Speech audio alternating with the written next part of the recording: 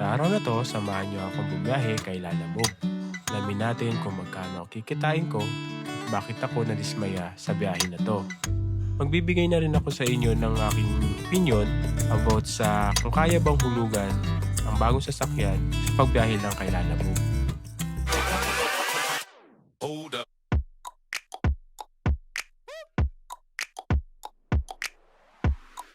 Good day sa inyo, Paski Pam! Welcome muli sa aking vlog. Welcome sa ating video. Time check is 10:44 na ng umaga. Meron na tayong nakuha ang isang booking, Calamba to Pasig. Ayan. According kay ma'am ay sabi niya is mga parcel daw. Lazada parcel yata. So ayan, papunta na tayo doon ngayon. Update ko kayo pag nandun na tayo, guys. Ciao! So, ayun guys, dito na tayo sa pick-up point. Pang-apat tayo dun sa dumating. May mga nauna sa ating mga Kalalamove natin. At maya-maya lang, nagsidatingan na yung iba. Nasa 12 yata kami dito nag-pick up. Tapos habang naghihintay, makipagkwentuhan na tayo dito sa ating mga Kalalamove para may malaman tayo mga information at experience galing sa kanila. Lalamove. Ayun na, may Calamba Subic. Subic. Oh, meron. 3-4. Yung isa 2-1. Nakabutang. Subic siya. Pero Santa Rosa. Santa Rosa susubik. 2-1. Hindi ko nakita yung 3-4. Adjust ko muna yung akin.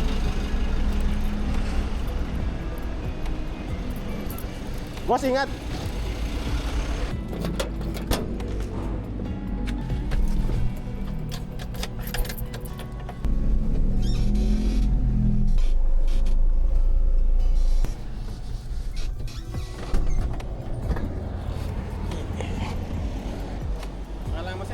Sa may parting bagong bayan Oo, alam ko dun eh.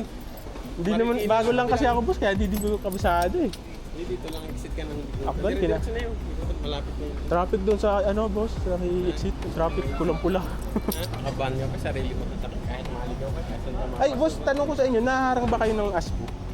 Ng ASBO? Hindi. Basta pag Europor, lusot na. Ano mong gamit ko? Europor din. Pag mo naman. Ituro mo yung DNR. Okay. Buti na lang, di ko tinanggal. Kung tatanggalin yun. Alin. Nag-DIY ako ng tente, ayun, sablay, puro pula. DIY. Oo, DIY. Pero ang mali ko, ang tagal ko na nabili sa Shopee yan. Na ano pala yan, na-expired.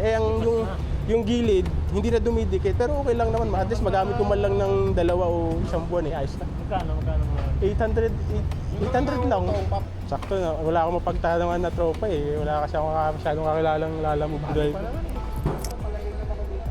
Kaya pala hindi ako makakoy. Dami pala naglalalaman dito sa Calamba eh. Oo nga, ang dami yan. Ito, dami din siya, no? Sinasir pala mga na. Magandang araw sa inyo, sama sir. Kaya pala di makakuha dito sa Calamba eh. Kaya nga eh. May booking nga kanina. Hindi ko alam sino nakakuha ng Espanya. Siguro na lang Sorso. Meron? Kaso talo. Hindi lumabas sa akin yan eh. 87? Oo. Ay, pinost yun ni Nolski. May nakakuha daw eh. Yung agrupo si Orsi. Dito lang. Oo nga eh. Hindi ko pa nami-meet up yun eh. 87? Lugi yun oh. Sorsogon. Layo ng Sorsogon eh. Grabe naman yung ratings nila. Alam mo, hindi mo malaman eh. Ito nga, boss eh, si Kuya. Mas malaki pa 300. Pasig lang kami. Tapos yung isa, yung unang umalis sa atin, Valenzuela. Parehas 10,080. Oh, layo ng Valenzuela. Sa'yo sir yung H100? Ay, ito. Ayaw mo sa 2,000 sir? 2,000 din na masyado napupunan. Bibira lang. Mga catering lang. Mga catering lang dyan nakakapuno. Ayun, ano? Oo. 1,000 na pala. Tsaka palengke. Tsaka tsaka Travis tsaka Kia Karga. Yung pasok yung 2,000. Pagkakaga pagbababa. Pero Tapos Gcash pa. Pag 2,000. Tsaka lagi ka dapat yatang may kasamang helper. Sinusulit. Kakaalin. Boss, marami bang Marami ang booking sa Sa 2,000 dito sa atin. Doon sa may bank. Mas mataas. Dalawang biyahe lang yan, pangalan na yan. Kaya nga eh. Alam mo Manila, Manila ka lang eh. Yun, may pasahero lang yung kain ko rin sa may charter. Kung ano na yan, catering. So yun na nga guys. Naikarga na natin yung yung first booking natin. Dami, punong-puno yung L3. Mga mga parcel siya ng Shopee. Ang dapat nga ikakarga nila 120 sacks ng ng ganyan, mga ganito. Ayan yung picture na yan, punong-puno yung sasakyan natin. Pero ang naikarga lang nila sa akin is 95 sacks lang. Nandito pa sa harap yung 4. Grabe. So ayan guys, wala tayong double booking. Single booking lang tayo. Pero ano lang naman to. Sa Pasig lang naman. So tara, biyahe na natin to.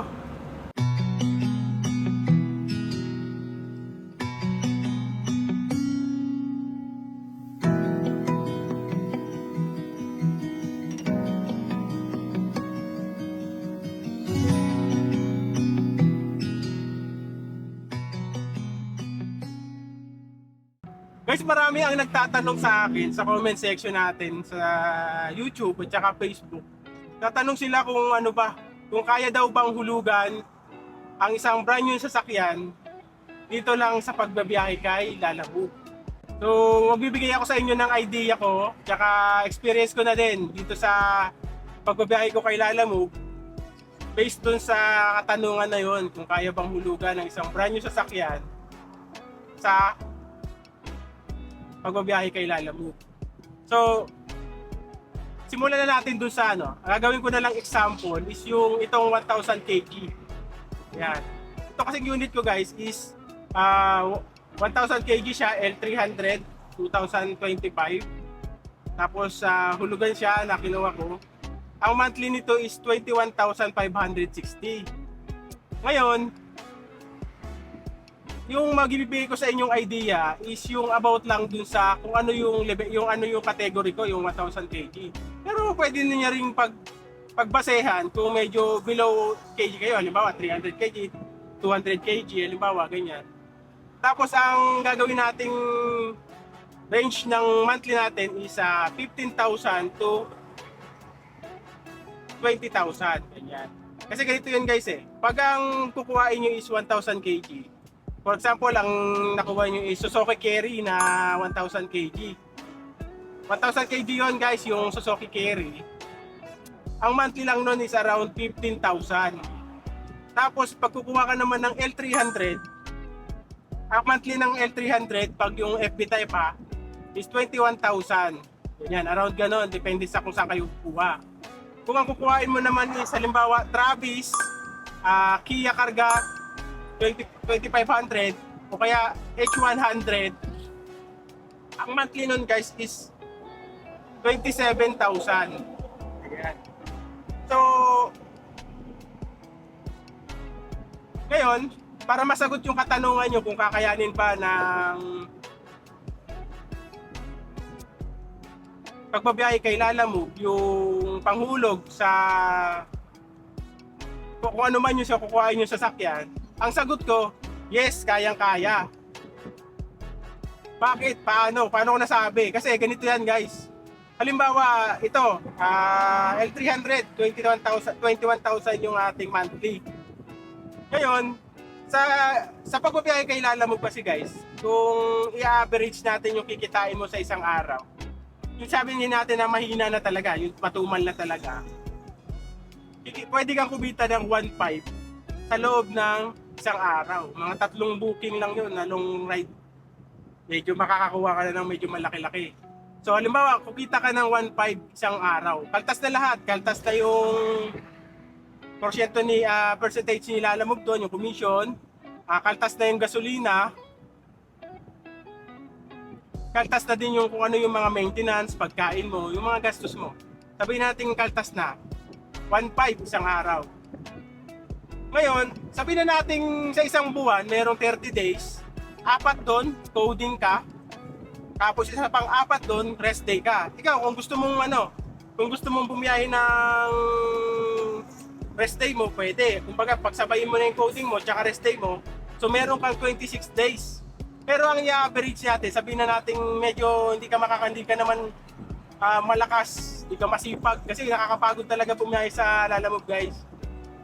Sabihin na natin nakakabiyahe ka ng approximately 20 days, isang buwan.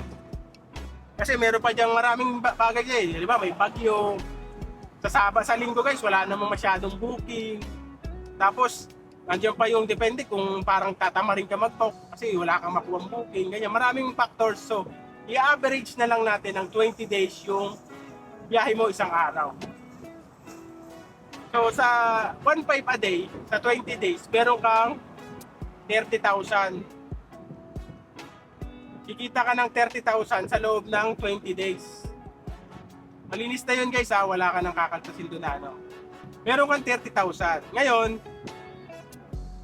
sa 30,000 na yon, kakaltasin mo doon yung panghulog, which is yung 21,500. Ito, guys, sa L300 lang to, ha. Ibang usapan pag Travis, Kia, or yung H100 ang kukuhain mo. Ibang usapan yon. Sa L300, may matitira ka pang 8,500. So, kung kikita ka ng 30,000 a month sa pagbabiyahe mo kay Lalamove using L300, meron ka pang 8,500. So, ayun, meron ka pang panggastos sa pamilya mo. Eh, paano ko naman kung ang kukuhain mo naman is halimbawa Travis, Kia Karga 2,500 o kaya yung H100. Guys, pwede mong ipasok yun sa 2,000 kg kay Lalamove. Iba ang rate ng Lalamove sa 2,000 kg compare sa 1,000 kg.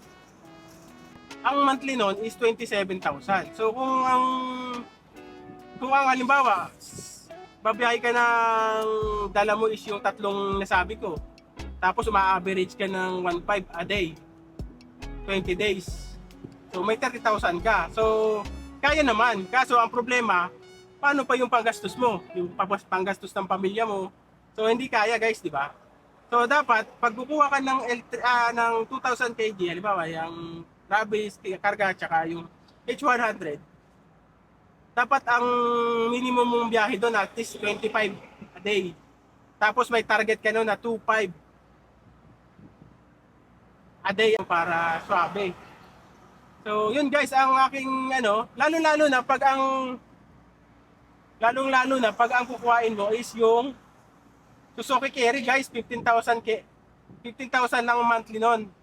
So medyo maluwag-luwag yun. Halimbawa, pares lang naman eh. Kaunti lang naman ang diferensya nun sa L300. Tapos yung makina niya, 1.8 yata. Ang L300 kasi 2.2. So wala ka naman magiging problema sa Kia Karga. Sa Suzuki Carry. Kung yun ang kukuhain mo. Tapos pang Lalamove mo naman yung gagawin mo eh. So walang magiging problema. Mas magaan ang magiging monthly mo, 15,000. So mas malaki pa yung may iwan. Kumbaga walang pressure. Babiyahe ka ng 20 days sa isang buwan, walang pressure. Kumbaga relax ka. Unlike pag kukuha ka ng halimbawa,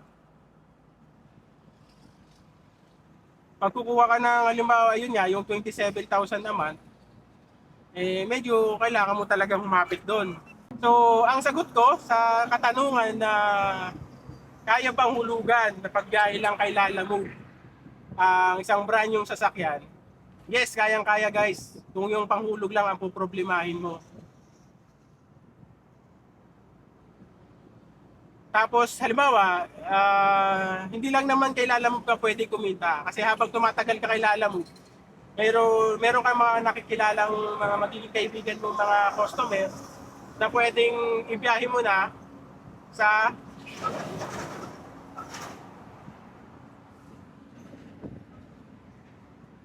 outside Lalamove. Tapos isa pa doon yung halimbawa, mga lipat bahay, pwede kang kumontrata. Marami pa naman. Kung kay Lalamove lang, kaya namang hulugan. Pero kung ikaw naman halimbawa may mga kakilala sa area mo is maraming nagpapa-deliver na kakilala mo na gano'n. Tapos, yun nga, yung mga lipat bahay. Outside ano pa yun, lalamog pa yun ha. Eh, pwede ka pang kumita ng mas malaki kaysa sa kikitain mo sa pagbiyahe lang kay lalamog. Yun yung kasagutan ko guys sa tanong ninyo. Ito na tayo sa Alabang guys. Update. 12:25 na ng tanghali. Nakuha natin itong booking is 10:43. Grabe. Grabe ang daan dito guys. Tingnan mo, ang liit.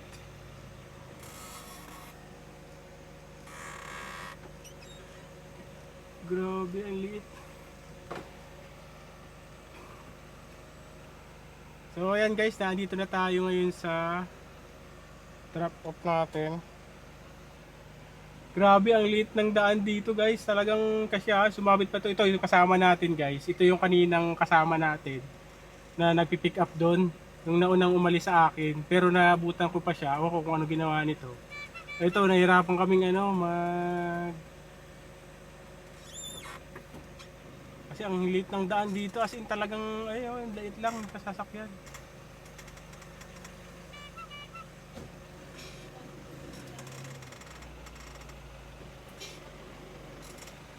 Grabe, ang liit ng kalsada dito. Ito kasing nauna sa atin guys, kuya. Nakapag-deliver na dito, kaya alam na niya. Kumbaga na-experience na niya mag-deliver dito.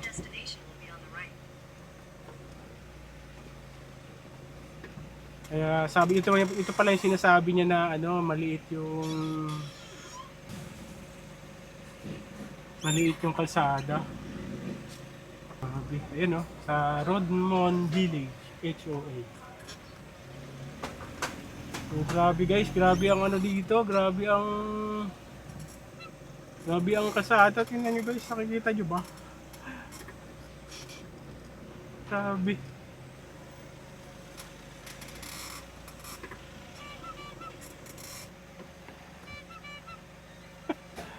Yeah. Hindi sa akin kumasya 95 to. Hindi kasya yan, naglagay pa sa harap ko. Ha? Tatlo rin? 95. Sandahan lang, ma'am. Sa akin. Malalaki daw yung malalaki daw yung parcel ko. Buti ma'am, na-deliveran ko na to, kaya alam ko na. Wala pa hinanti to boss ma'am eh.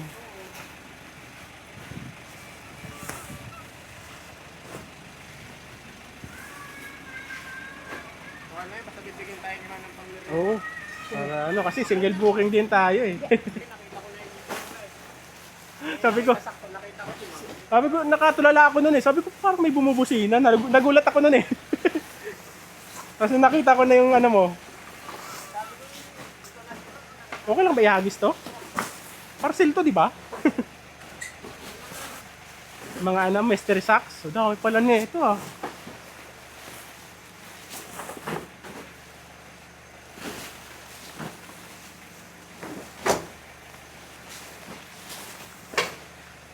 At dito nga guys, tinulungan ko si ma'am na ipasok yung kanyang mga sako dun sa parcel. According sa kanya kasi, may mga tutulong dapat sa kanya dito pero hindi pa dumadating. Tapos yung booking niya, wala din siyang kasamang helper. Kaya yun, ang sabi namin nung kasama ko is tutulungan na lang namin siya. Tapos siya na lang bahala magbigay sa amin ng pangmerienda. At after nga pala nito guys, hindi na ako nakapag-video kasi at pumunta na ako sa isang place dito sa Pasig na malapit dito sa pinag-drop off namin para maghintay ng booking. Siguro around 1:00 yon ng hapon. Tapos dito na pumasok yung dahilan kung bakit ako nadismaya guys. Mula 1:00 hanggang 5:00 ng hapon, naghintay ako ng booking guys. Medyo may lumalabas naman pero ibang way kasi gusto kasi papunta ng south. Tapos hindi din maganda yung mga ratings kaya hindi na rin ako kumuha ng booking. Ngayon hanggang pumasok na yung 6:00 wala pa rin ako nakukuhang booking. Ang ginawa ko, ayun, pinagpasya ko na lang na umuwi na lang ng Laguna nang walang booking. Talagang wala akong nakuha dito guys kaya nakakadismaya. Tapos dun sa kinita naman guys, ang booking kasi ni Madam is 1,080 pesos. Tapos binayaran niya yung toll gate fee. Tapos nagbigay yata siya ng around, sa akin yata ang binigay niyang tip is 120 dahil dun sa pagtulong ko sa kanya sa papasok ng mga parcel sa kanilang area. So yun lang guys ang kinita natin. Wala pang 1,000 plus yung gasolina pa. Kaya nakakadismaya talaga yung ating biyahe ngayong araw na to. Kaya pasensya na kung ganito yung ending ng ating video. Pero salamat pa rin sa inyo sa inyong panonood at suporta. Hanggang sa muli, maraming salamat!